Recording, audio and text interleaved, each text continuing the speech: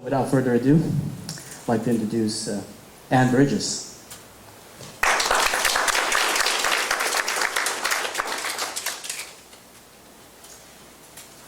Good afternoon, and indeed thank you all for coming here. We didn't know whether or not there was going to be a baseball playoff in the offings when we scheduled it in October. It was kind of a guess, but apparently it shall not be, so we are here instead. So, private offerings. It's definitely about Silicon Valley, but, should I get this right? I wasn't quite here back in 1934, but I love this picture of what Silicon Valley used to be, which is a bunch of orchards. You all have retained your grapevines a little bit better than we retained our orchards down in Silicon Valley. But it is good to remember that the Silicon Valley we know today is not what it used to be. When I started my work career, which was in cable television, I was a girl in the office. This was right after the feminist movement had started, and women had re-entered the workforce, but at generally clerical roles. And guys kind of didn't really know how to deal with these women, certainly not an educated woman who was coming into a brand new industry that had been male-dominated.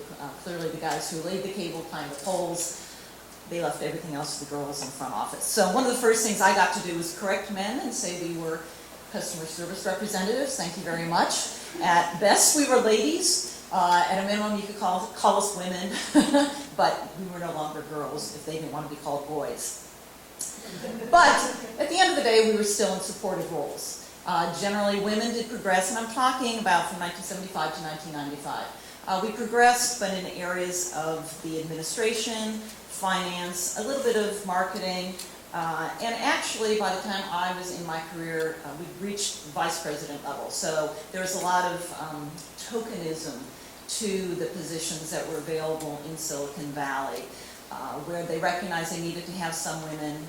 They took the fields that they were already strong in, and that's where they brought them into as vice president. Unfortunately, I think that led to what I call the Queen Bee syndrome, which is you had one woman who had tried very hard to reach that officer level, and recognizing that was more tokenism, they did not want another one to come up in the ranks. And so, for example, when I worked for a small startup, the CEO had hired a woman who was vice president of corporate marketing, and she was constantly hounding him to hire another woman VP. So he did, which was wonderful, but she was kind of not very friendly towards me. And he finally challenged her about it and said, "What is it?" You know, I thought, this is a whole thing. And she went, "Oh, all right." So I got an invitation to lunch the next day, and she did turn around a little bit and help me, because she was in the board meetings and could see where some of the inequity of pay and stock options were being given to the men who were being hired on, who were my peers, but they were men. So she did bring a little bit of the inside power that she had by being in a board meeting to bring some of the equalization of the salaries forward. So let's talk about Silicon Valley today, and now I'm going to be talking about 1995 to current day. We do have venture capitalists who've made it fairly high up in the ranks. Heidi Roizen, for example, who actually was a classmate of mine at Stanford, is one of the partners at Draper Fisher and is very influential, has been around for a long time, reinvested back into Stanford, in fact, to try to help the next generation of female entrepreneurs. Many of you may have followed the Ellen Powell case this past spring, where it was resolved. Ellen Powell was a Chinese-American young woman who went to Harvard, went to Columbia, had an MBA, did all the right things, got into the brand name venture capital firm Kleiner Perkins, was taken under the wing of the founder, John Doerr.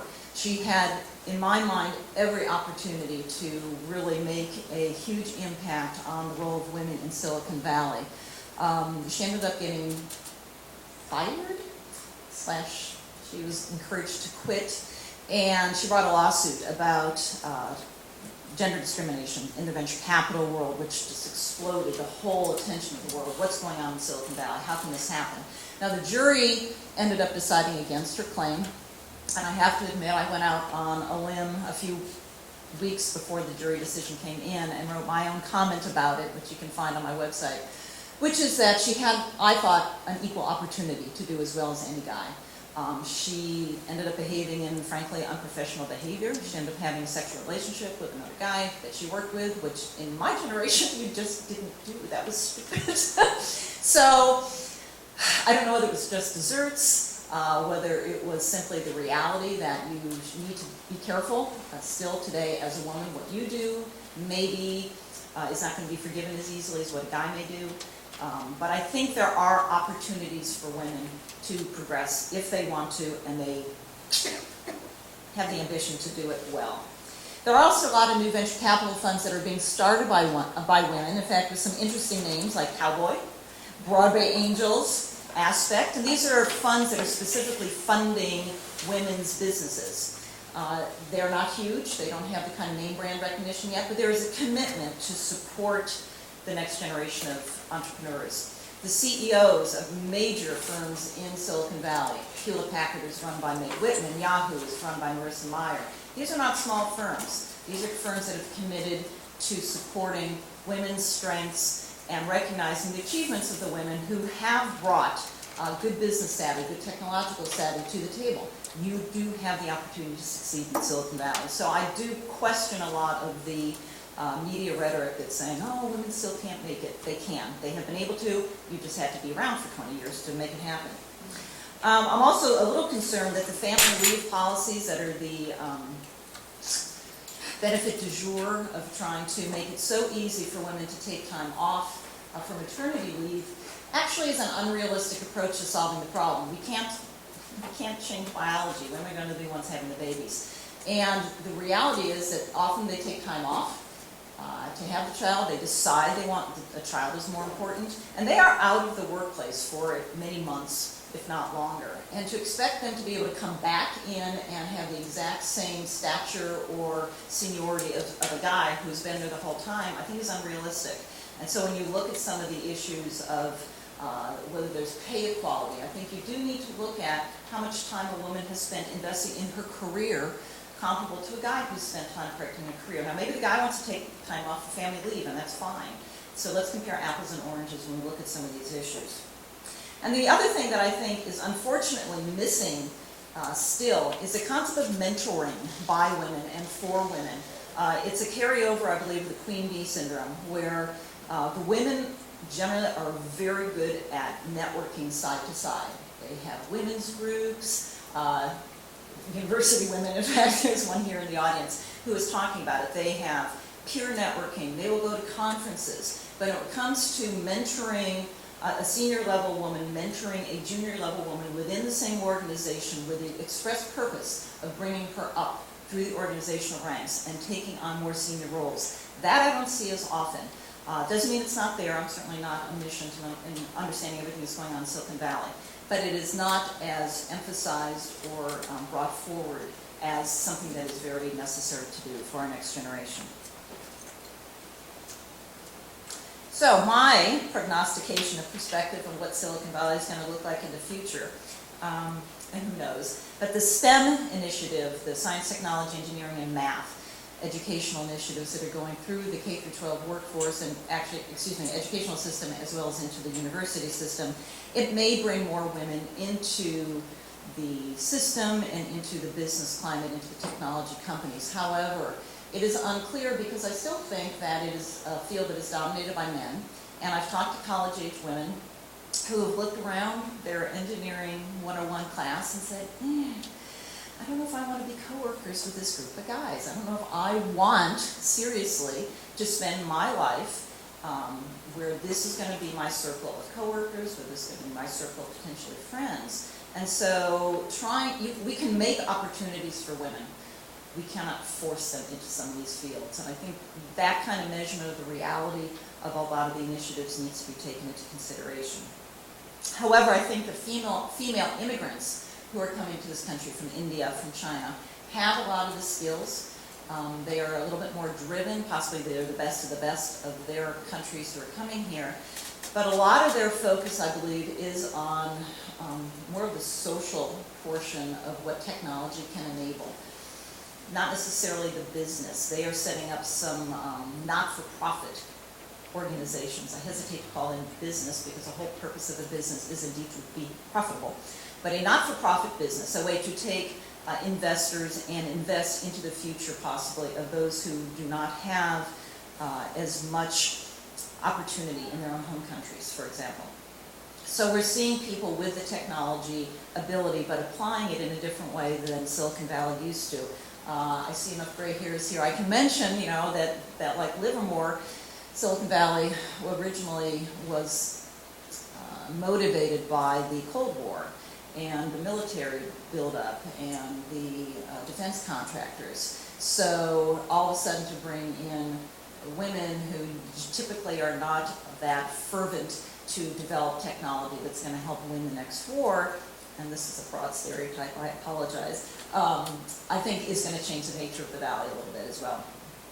And last but not least, again, entrepreneurship is being supported and funded by and for women. The question will be whether or not the companies that get that kind of venture capital funding and get that kind of leadership from women, some of the companies are even saying we're only going to hire women, which to me is as bad as someone saying we're only going to hire men, whether or not they will succeed. And if they don't succeed, what message will that send? So equal opportunity to me is the be-all and end-all. Whether or not that's where we're going to end up is a different question. So what's missing from Silicon Valley today? I thought that would be an interesting question. I don't believe it has as much of a business focus as it needs to.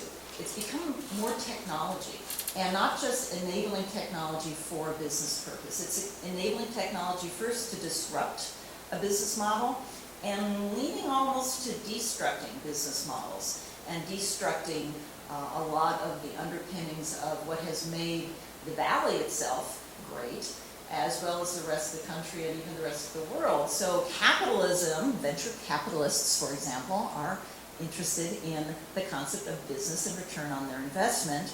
And if the only purpose of a technology is to give something away for free, the question I have to ask is, what value are they bringing to the table? And if they are not investing in a valuable product or service, what is going to happen to the money that gets invested into these companies, into the individuals who are buying up real estate like crazy? I've heard the stories about Palo Alto and the cost of a home that I used to live in when I was a poor student at Stanford. It's a very different model than we had today. And I think Livermore is actually a fascinating example of how the community has still maintained an involvement with technology in looking at the ethics of what the technologists are producing out of the labs. I know there's still a group of people who are very fervent about discussing what is it about nuclear power and what we do with the output from the labs and the output from the R&D that's done here. I've had an interesting discussion with one of the venture capitalists about whose responsibility is it to decide the ethics of a technology. If you develop something that can be used for war or for anything bad. Sorry, I don't have a better example than that. But the concept that the technologist can develop something without a thought of the consequences of how it can be used. You see kids today, for example, with their heads in their phone and killing themselves as they walk down the street. Well, gee, at what point do we have to say enough? This is not such a great technology anymore if it's destroying our society and destroying our interpersonal relationships. And he was vehement about saying, no, it's not our job. It's not my job as a VC, it's not my job as a technologist to make those kinds of decisions. It's always the consumer's point of view. And that's fine, well and good, but once the genie is out of the bottle, sometimes it's a very difficult decision to pull back, and I think some of the discussion at least should be part and parcel of Silicon Valley. Which means we need to have some heroic leaders, which leads me into why I write what I write. So private offerings, as Paul suggested, is about top secret technology that's up for sale. But it's coveted by the Chinese and the Chinese military. We've got Wall Street. We've got venture capitalists. We've got a Silicon Valley software engineer who's trying to go on his dream of a lifetime, go for the IPO. And it's just a bunch of conflicts that are thrown in his way, including an old love interest that shows up. So, in essence, it's an international thriller, but with very local ties. Oops. Yeah, that'll work. Okay. So Paul mentioned I've lived in Silicon Valley for over 30 years, and I went through a public offering as part of my executive career. And one of the reasons I should bring this slide, it's not very clear, but the bottom half of this is called a tombstone. Some of you probably remember this from the Wall Street Journal. It used to print them whenever a company went public. So the top half is about the company, First Pacific Networks, 5 million shares. Bottom half is a list of all the investment bankers who have their fingers in the pie and are part of the syndicate. And a lot of people do understand that there are venture capitalists involved, and there are founders, and there's employee stock options, et cetera. They don't understand exactly what happens once you get to Wall Street, and exactly what the motivations of those businesses are to have a company go public or not. So I wanted to bring some of that into my storyline, because I found myself in a very unique position as the only woman, not only in a group of guys in the high-tech firms that I worked with, but also one of the few who had actually gone through an IPO at an executive level and sat down and been in negotiating rooms with venture capitalists and Wall Street bankers, and then had the willingness to share the insider secrets because I thought that it was valuable, and then the interest to write it in a fictional way. So I bring a novel approach to Silicon Valley is my phrase. Now, why do I write about business? Well, besides the fact that it is my career, I think that most of the stories that are written about Silicon Valley tend to be science fiction, which many people know and love. But the science fiction tends to have a pretty dystopian view of Silicon Valley. Dystopian is the opposite of utopia. So it is a dark view, and it's often talking about the bad uses of technology. And maybe that is the ethical conversation that I've been saying we should have. I think it should be done outside of the boundaries of fiction. And my view is not that technology is bad. Technology is very good and can be enabling. But we do need to take a look at it through a different set of eyes. So I'm bringing a female's point of view. Most women don't write about Silicon Valley. In fact, I found out in my research that I am the only woman who writes international spy thrillers. Tom Clancy, you've probably heard of, he's dead. He has a ghostwriter who's writing his stuff. Michael Crichton, who I emulate quite a bit, he's dead, unfortunately. James Patterson, he's getting up there in years. Clive Cussler, getting up there in years. Name a woman. There are none. So I'm really tackling a new glass ceiling in the publishing industry, which is to be writing in a genre that typically men like to read, but women with a women's perspective, which women like to read as well.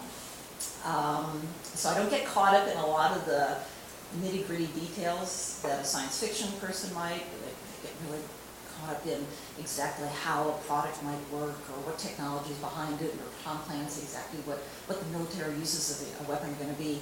I'm talking about the people behind it, the heroes behind it, and what the challenges are for any entrepreneur trying to make it big in Silicon Valley today. I like the concept of edutainment. If you think about Jurassic Park, Michael Crichton's blockbuster movie, how many of you knew anything about biogenetics or what might happen if we splice it, or what the implications were? Very few. We love the movie, we remember the dinosaurs, but I think it also made us stop and think, wow, there's something going on, and despite all the money that the guys spent on security, what did it come down to? Human greed. One guy who realized he could sell the secrets. So I bring that to the table as well. These are real-world technology issues in an entertaining way, but I hope you'll walk out the door at the end, or close the last page, and say, wow, it made me think and made me learn new things that I hadn't thought about. So I thought it would be very interesting to demystify Silicon Valley's mystique about business through a mystery suspense thriller, and the international overtones which match the diversity and character of the area. A lot of people ask me why I include China in all my books thus far. It started with a very personal story. I actually went to school, gay school, with the great-great-grand niece of Chiang Kai-shek, who, if any of you don't know, he was the founder, basically, of Taiwan as an independent democratic republic. He fought against Mao Zedong. and lost, and Mao Zedong turned China communist, and Chiang Kai-shek went to Taiwan with his band of followers. So this was great-great-grandniece. And when Nixon went to China in 1973 and quote-unquote opened it up, the next wave of visitors that were allowed were people with some sort of special ties. So she was able to go with her parents to China. And she brought me back, the hand is the sign of friendship. She brought me back this little handkerchief, as you can see, is a little worn, but I still keep it as a reminder of how important this country is to us. And for our generation, it was not taught. If you really think back, from the time of the Boxer Rebellion, which was about 1915 to 20 in China, to the time that they opened up China, really under Deng Xiaoping in 1989, there was not much information coming out of China. It did not make it into our textbooks. It rarely made it into our newspapers. You got a couple, people who fled, dissidents, etc. We got their perspective. But in terms of really learning about it as a country, it just simply was absent. So a lot of us are just plain ignorant of China. It's no one's fault, it's just a fact. And I thought they were way too influential a country for us to just step back and say, oh, we only have to bitch about the fact that our jobs are going there without understanding some of the implications. I also, as I started exploring California's history, realized that they have had an impact in California since the mid-19th century. And I'll talk about that a little bit later on one of my books, but it was really amazing to me how little I knew personally, and I love history, and I had this personal tie, so if I was ignorant of it, okay, time to do something about it. They are having a huge influence in Silicon Valley as well, so there's a perfect tie. I made a number of friends who are Chinese in my hiking group, and they helped me do a lot of the vetting of some of my scenes. So there's an authenticity, for example, in the workplace. They often call bosses old Zhang, old this. And someone can be old at age 12 if he or she is the older of whatever people with the same name. So you might carry your entire life the moniker old or young, because that's just how you are known, because there are only about 100 or so actual last names in China. So one has these other flavors that differentiate them from each other. I had no idea. I also went to the phone book. This is what writers do to try to find good names for their characters. I was trying to be very sensitive to American ability to pronounce names. So I was keeping them very short and kind of putting, Han Lee together, whatever. And my friend took a look at my list of names. She just came back and she laughed. She said, no self-respecting parent would ever name their child smells like garbage. Because when you put two words together, the sound and even the pictograph of the words means something. So it's been an inordinate amount of time, about a year actually naming a child. I had no idea. She now looks at every single set of names that I come up with for my books. I thought you might be interested in my process for how I wrote this first novel. It's actually my second attempt at a novel, and I started it in 2006, framed it out over six months or so, and then I wrote it, and I rewrote it. I wrote it, and I sent it off to agents and publishers, which is what you did back then, and then Amazon launched Kindle. Kindle stopped the publishing industry cold in its tracks. They had no idea what to do about these ebooks, and whether or not a company that sold books, hardcover and softcover books, would actually be able to also sell the device and make a go of it. So they froze. If you weren't already an established author with an established fan base, or had some other compelling reason that you would be able to drive hundreds of thousands, if not millions of copies of books, they just were not interested in talking to you at all. So I went on hold for 3 years. My story was eating at me. I realized it had relevance. So I decided to explore self-publishing in 2012, which you can do with an ebook fairly easily. You basically reformat it and can put it out for sale on Apple and for Kindle and for any other kind of platform, including PCs. And I actually chose a local Silicon Valley company to do that for me, Smashwords, which is out of Los Gatos. And I'm happy to share what I've learned from them with anyone afterwards if you'd like. So that launched in August of 2014, so a little bit, a little bit more than a year ago. Pardon me. Well, 16 hours after it went up for sale, I made a phone call to a publisher who had been referred to me. Now, this is not social networking, the way kids these days think networking is all about. This was the old-fashioned, hi, how are you, here's what I'm doing, do you know anyone who might be interested in helping me promote my book? Over and over and over again, got a referral chain, and finally got someone who said, yes, I know a publisher down in Pasadena who is interested in California fiction, interested especially in Silicon Valley, why don't you talk to him? So 16 hours after I put this up for sale, I have a 90-minute phone call with a publisher, and he says, you know, if it's everything that I think it is, I think we're going to want to contract to publish your book. So it was a very short-lived shelf life as an ebook, as a standalone. They did contract for not only private offerings, but its sequel, which I hadn't even finished yet. It was very flattering to me, as well as the very first book I wrote, which I will talk about in a minute. But in the process, I went through a very interesting experience, which I will share with you. So first of all, let's talk about the title. The title's private offerings. I use short titles that are a play on words. So everyone knows that an initial public offering, there's an IPO. Until this last maybe 12 months, no one had ever heard of a private offering. It was kind of done behind the scenes. Venture capitalists would maybe sell a company privately. It was called private equity. But the concept of a private offering was unknown. I saw it as a very interesting play on words, that it was the opposite of a public offering, but as well, the storyline talks about a lot of personal commitment, private work, sweat and blood that the protagonists go through. So all my titles are like this. But I decided to design my own cover with the help of some graphic artists. I didn't quite do it all on my own. My view of what this story was about was very much political. You see, I have the Chinese flag in ascendancy with the American flag. The stock market, everyone recognizes that green arrow. Yes, this is important. This is about money. I put a dollar sign in at the S. Dreams, secret, riches. This is what Silicon Valley is all about. Very proud of it. Worked on it for about a month. Okay. My publisher was not as thrilled. Actually, 8 months ago, people didn't even want to talk about China, if you can believe it. Who cared about China?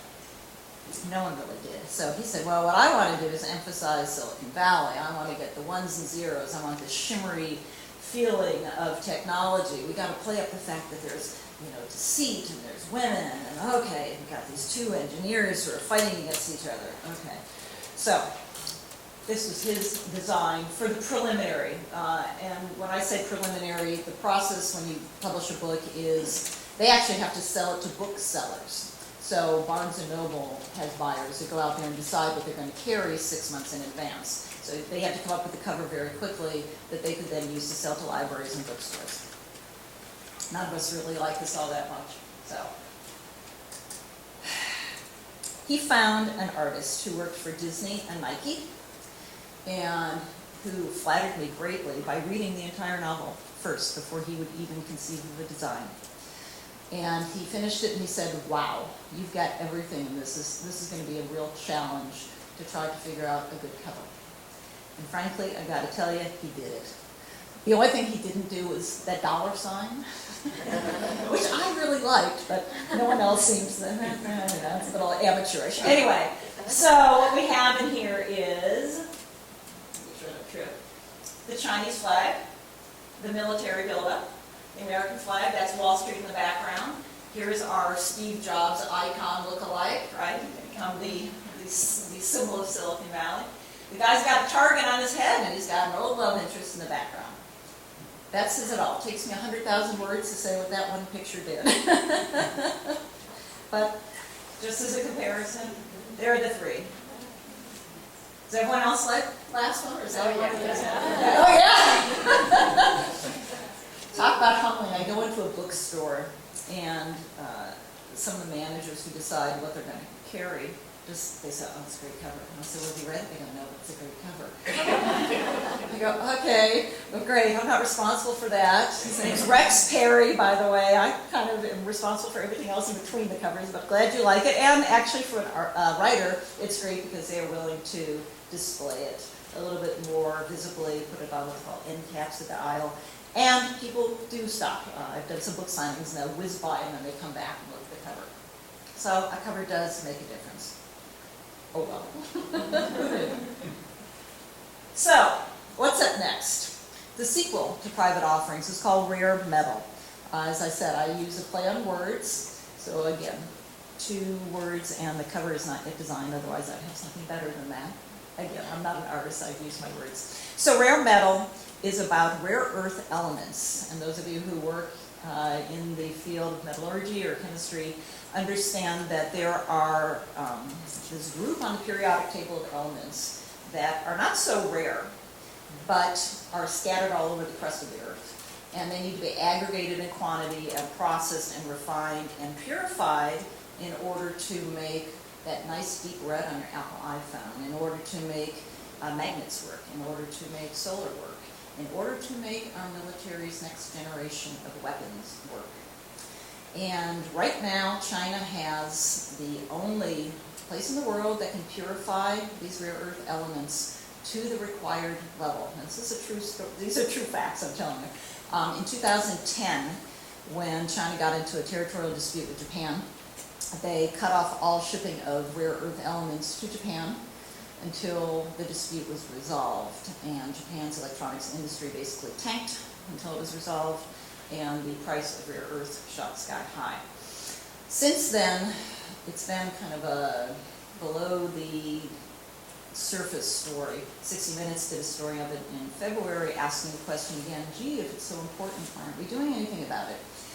No one really wants to address that issue. So I have a fictional account of the impact of what it's going to be on Silicon Valley. It brings in more of the politics, the Pentagon, the DoD, DARPA, again, and their role in Silicon Valley, and what the possibilities are as a major component of our technology and the implications on not only Silicon Valley's business, but the U.S. economy and the world economy as well.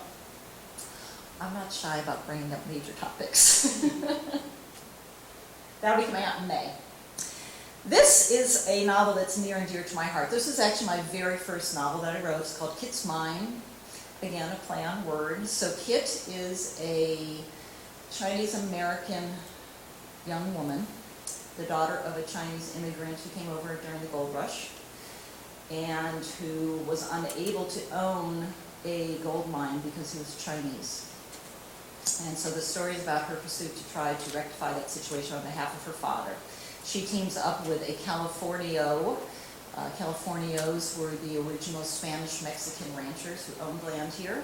And when the eastern, mostly white men came for the gold rush and decided this was a great place to settle, they squatted under the laws of America at the time and just kind of took over a lot of the land that had been in families for years.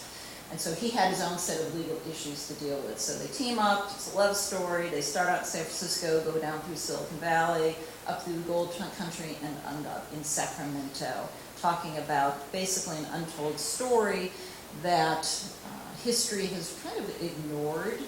I was inspired to write this partly because when I was doing research on California, I found a little tidbit that said Chinese women were being auctioned off on the street of San Francisco on Market Street in 1870. And anyone who knows their history knows the Civil War supposedly put an end to slavery in 65. The Emancipation Proclamation was 63. California was a union state. And yet here we still had slavery in 1870. How could that be?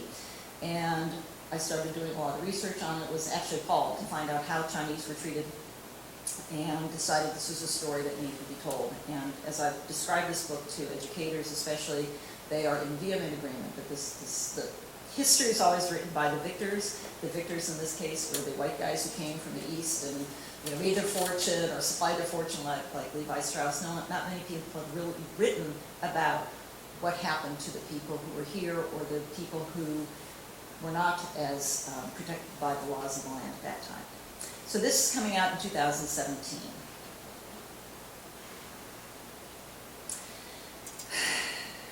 Who can enjoy this book, though? A lot of you guys can. First of all, any entrepreneur, any wannabe entrepreneur, any college student who thinks that they're going to graduate and go down to Silicon Valley and wants to understand what it's going to take, they should read this book.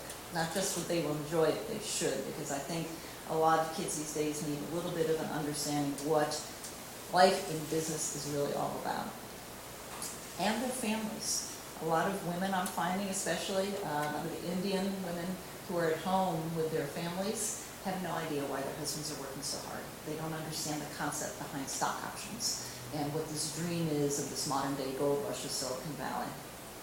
Any retirees who maybe worked for a large corporation, didn't get a chance to go through an IPO or get stock options, and always said, I wonder what that would have been like. I think you would enjoy this, and certainly you can share it with grandkids or family members. I'm actually getting interest from across the globe. There are a lot of wannabe Silicon Valley areas. Sri Lanka, Singapore, Australia, Turkey, I'm trying to think of all the different countries, Ireland, England.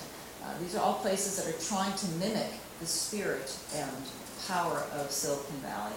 And they are buying these books, reading them, and learning from them, which is very flattering to me to realize that my message is getting out on a global basis. And then last but not least, if you just like a darn good suspense thriller. You grew up on James Bond, you grew up on Nancy Drew. It's fast-paced, as the Breaker News commented. It's page-turner, it's fun, it's exciting. A plot twist at the end to keep you going for the next one, and I think you will enjoy it. Thank you very much, and I'm happy to answer any questions you may have.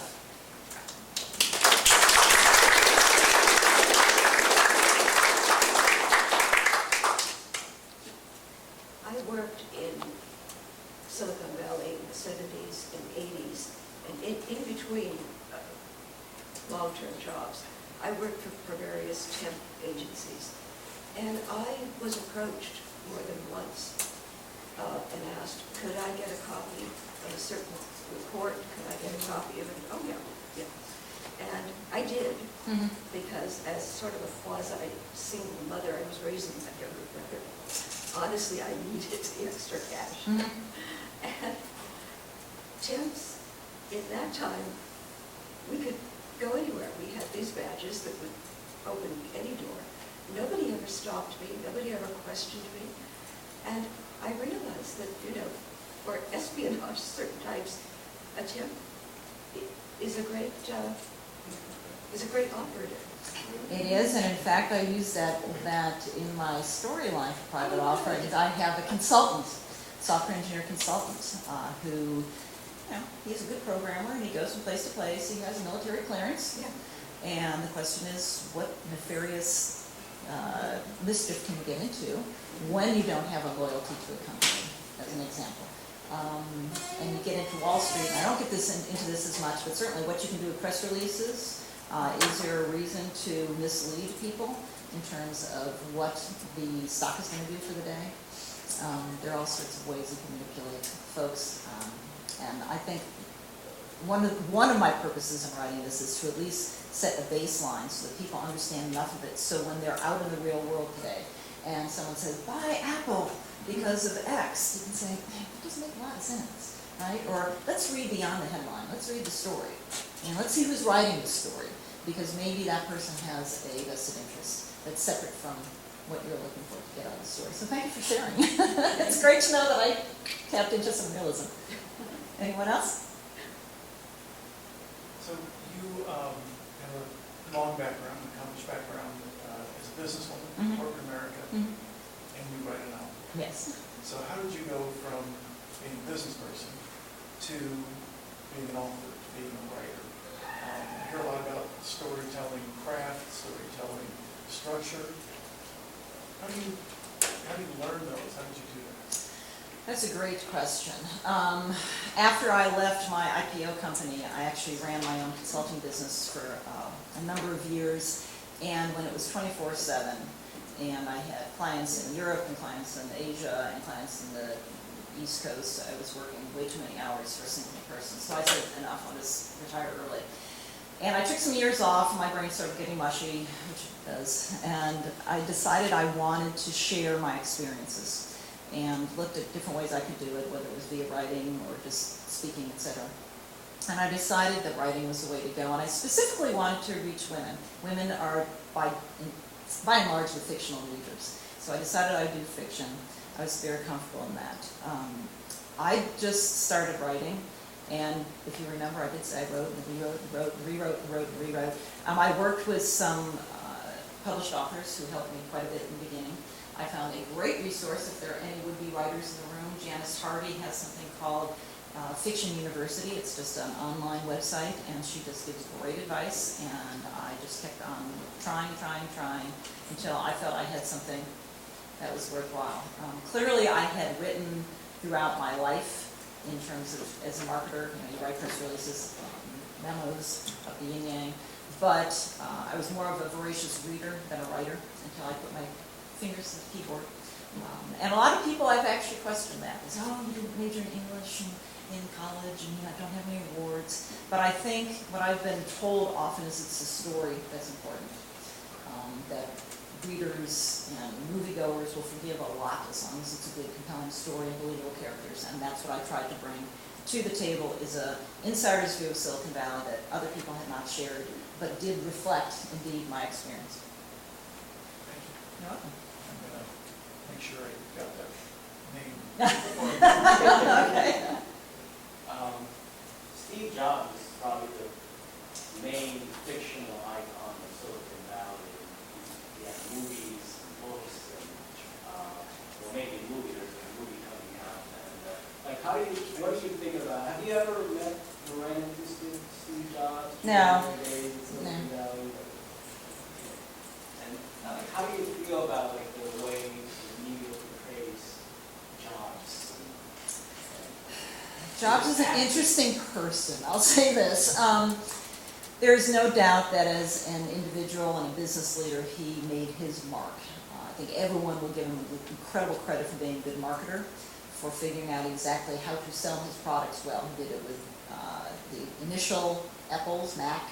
When he went to Pixar, did the same thing again, sold that company to Disney, had to take some good marketing to do that, went back to Apple, reinvigorated the whole process again. So he's clearly a leader. My view, I did work with Apple a little bit, just not with Steve Jobs directly. And they always had a skunk works involved, which meant they had kind of internal competition with the company, which has its good and bad. They didn't always work cohesively as a team to accomplish a certain product, but they were certainly creative. And they have gotten to the school market pretty much 100%, so kids grow up using Apple. And they have a shock when they get into corporate America and realize not everyone's using Apple these days, and they have to learn a new operating system. But in terms of Silicon Valley being the topic of so much fiction these days, it's only great for me. I mean, literally, when I wrote this 9 years ago, starting, people went, Silicon Valley, and then the economy busted in 2008. No one wanted to hear about that. So to have it be bubbling up, and there's HBO, and there's movies about it, is great. That means that truly it has become part and parcel of our conversation and dialogue, and people are curious about it beyond just the technology. And so hopefully I'm bringing a different view, again, as a woman, view of what Silicon Valley is all about. In terms of the editing process, or in terms of your writing, how did you handle the editing of when you wrote? Did you have somebody review your writing and edit it? How did that process? I worked with critique partners quite a bit, which are fellow writers who promise they will be brutally honest, and some of them take red pen. We actually printed it out way back when. Take red pen and say, this is terrible, and change this, or this is unbelievable. My self-published works, I went with that process. So my view, and then input from other writers. I did not have a professional editor per se. Once I sold my books to Balcony 7 Media Publishing, who's the publisher, they have an editor on staff who then edited the book with me, went back and forth to create different versions until we got to the final one. And it's kind of a negotiation, as a writer, you're very, not protective as much as, I did the best I could. And so you have to make sure you have an open mind to someone saying, yeah, I get it, but it's not working. This word is bad, or this scene just doesn't resonate well, how do you change it? And so they're looking for input. The best you can do is to be open-minded in terms of looking at what someone with fresh eyes is bringing to the table, and then respond appropriately. So are your current version of private offerings and the one you did self-published two different versions? Slightly. Yes, well, I'd say slightly, maybe 5 to 10% different. It wasn't a huge amount. It was more cleaning up some of my stylistic issues. We stuck in a first chapter to try to put the romance of his former girlfriend a little bit more earlier on, not only to attract female readers, but also so that they would understand there was a history between the two main characters. I write kind of unusually. I almost have two protagonists, which probably people who teach fiction, you can only have one. But I generally have two, because I think that in this day and age, a lot of people do want to hear about the relationships between men and women. And so, while the main character is a man, there's an equally strong female, actually there are two strong female characters in the book. And I did that purposely because I did want to have role models for the next generation of women to see that there are different ways to succeed in Silicon Valley besides just engineering. You said you started off with this being an e-book, and then you got published. The trend nowadays seems to be going to e-books instead of skipping the print edition. For instance, I teach, and a lot of them want to use e-textbooks. Do you think this is going to go back to being an e-book? Oh, this is available now in an e-book as well as hardcover and softcover. Do you think that's the way publishing is going? The jury is out on that. I would say a year ago everyone thought that was the case, but e-book sales in general have plateaued. And I've talked to a number of people who love their e-books, especially when they travel. But they go, there's just something about a book. And there have been studies about cognitive development and memory, and they're realizing when you pull up a piece of paper or a book, and you're flipping through the pages, you go, oh, I remember that. And I want to check. You remember that it was like in the first third of the book, or it was towards the end. And so there's something about your memory that links to what you're physically doing at the time. I'm actually very concerned that kids who are more and more are using online textbooks are not learning as well because of that. It's cheaper in terms of printing and distributing it to the kids, and now the schools are outfitting kids with laptops almost routinely. At least in Silicon Valley that's the case. And I don't know if anyone is saying what is the cost to the learning to the children by using e-books, and whether anyone even wants to measure that, because that would mean that all this money they've spent in technology may not be worth it. It's a tough question to ask, but I think it's a necessary one. So it's plateauing, and we'll see what direction it goes From in. what I've been following, yes, it is plateauing. And I tried one semester to let them use e-books instead of hardcovers. And after that experience, I would never let them use an e-book textbook again, because it's connected to the internet. So Enough said. so they could, it's mostly a math course, and I let them use their textbooks and use the e-textbook. What I found was they were taking pictures of the questions and emailing it to other students in the class who would send them an answer. But of course, I put different numbers for different tests, and that's how I caught them. Yeah. So Well, one of the I have things problems with that. One of the things a lot of people don't realize is in the publishing industry, textbooks from college down to children's are their main bread and butter. And as textbook sales have become more ebook oriented, just the sheer revenue that supports all of their overhead costs is shrinking. So you have on one hand the cost of textbooks are crazy. I mean, they're like hundreds of dollars. I can understand why college kids don't want to spend this kind of money. They'd rather go with the ebook or used book. On the other hand, it does make sense for some, maybe fiction, certainly English classes or even fiction. But I understand your point that the kids just don't seem to have this sense that the books are there for learning, not just to score to the test. Yeah, and, oh, I forgot. Okay. There's a question back here, yeah, go ahead. Is economic vitality or lack of it a theme in your book? You mentioned the idea of some of the corporations giving away what they produce. My purpose, I'd say, is to educate people on the values and underpinnings of business in general. To the extent that it brings in some economic elements like capitalism versus communism, versus socialism. Yeah, I address that. I'm trying to not have a political agenda per se, but to educate people on the issues. So for example, today's kids think, oh, if I develop an app and I give it away for free, I have a business.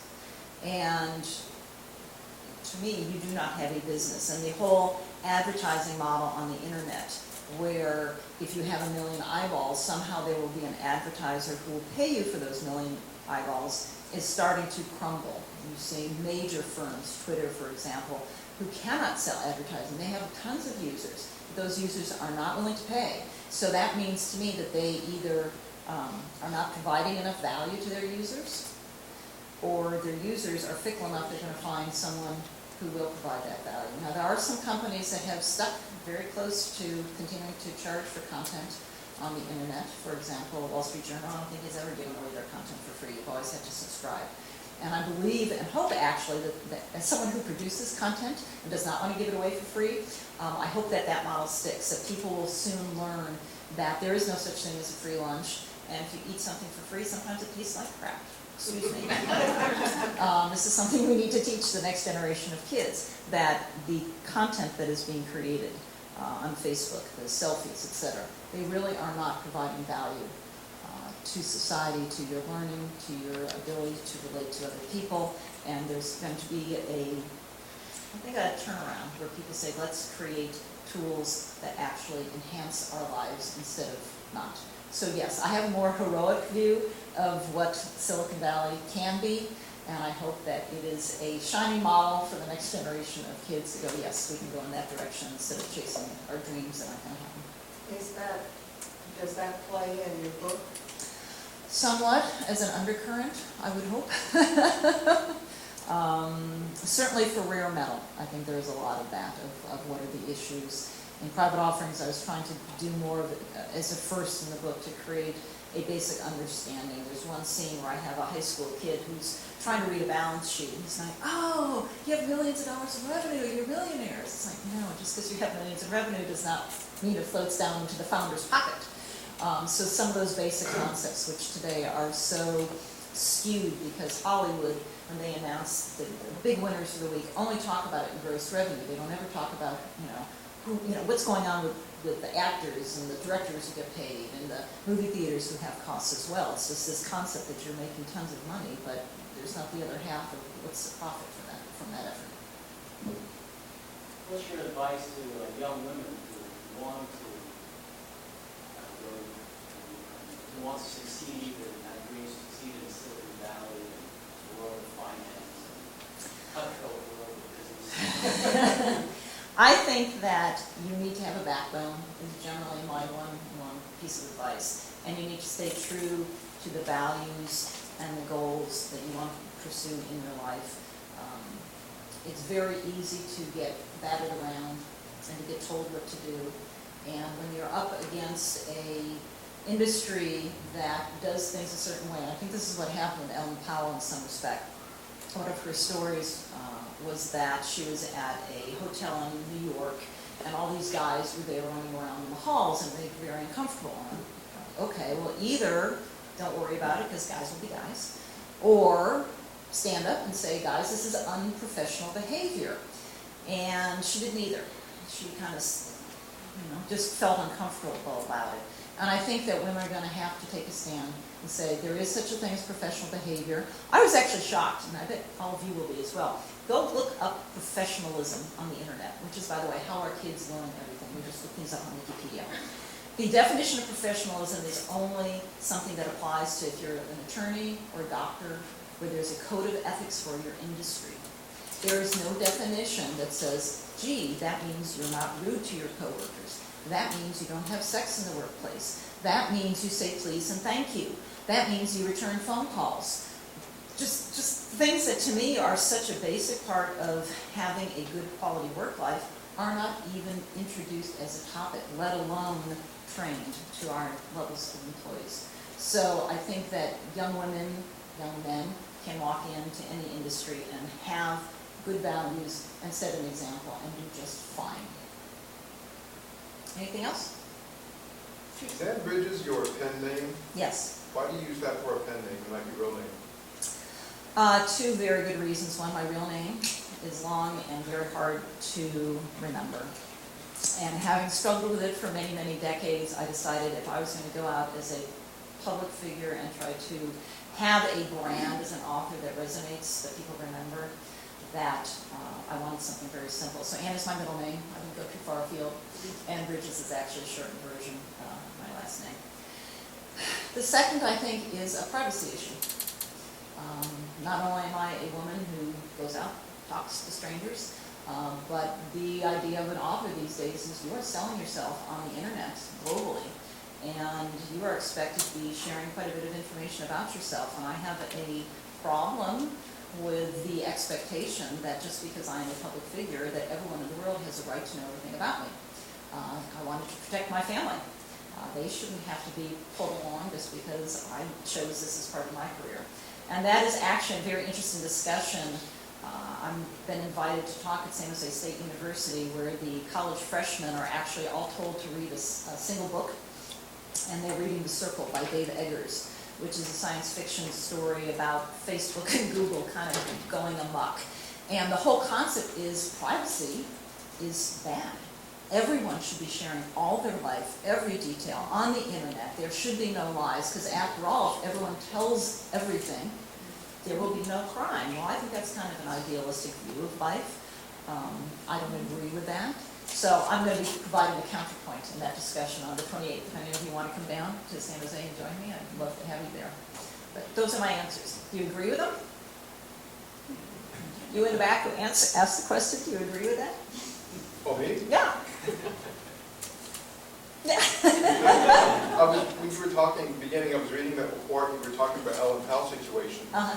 And you had the capacity in that article being a Vanity Fair, using your name and Bridges.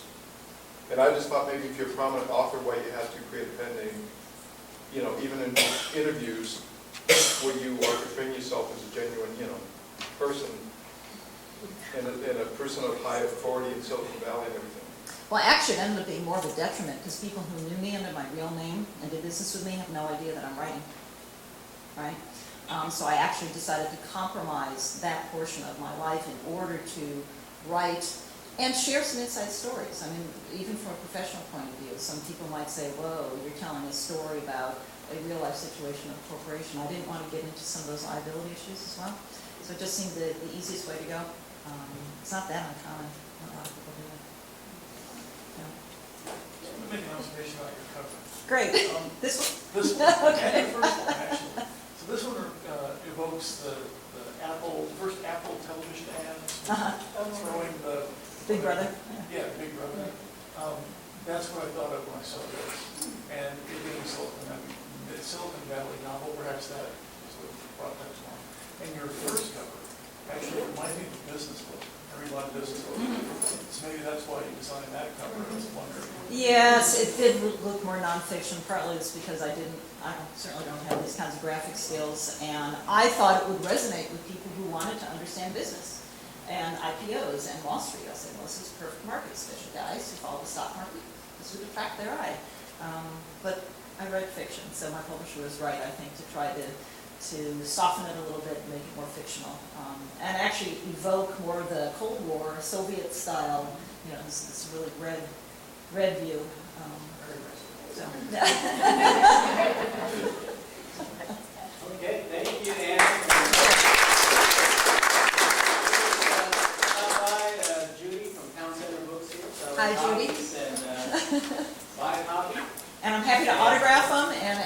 questions. I also have business cards up here. If anyone wants to email me and wants more additional information, I'm happy to do that or reach out to everyone all the time. Thank you very much.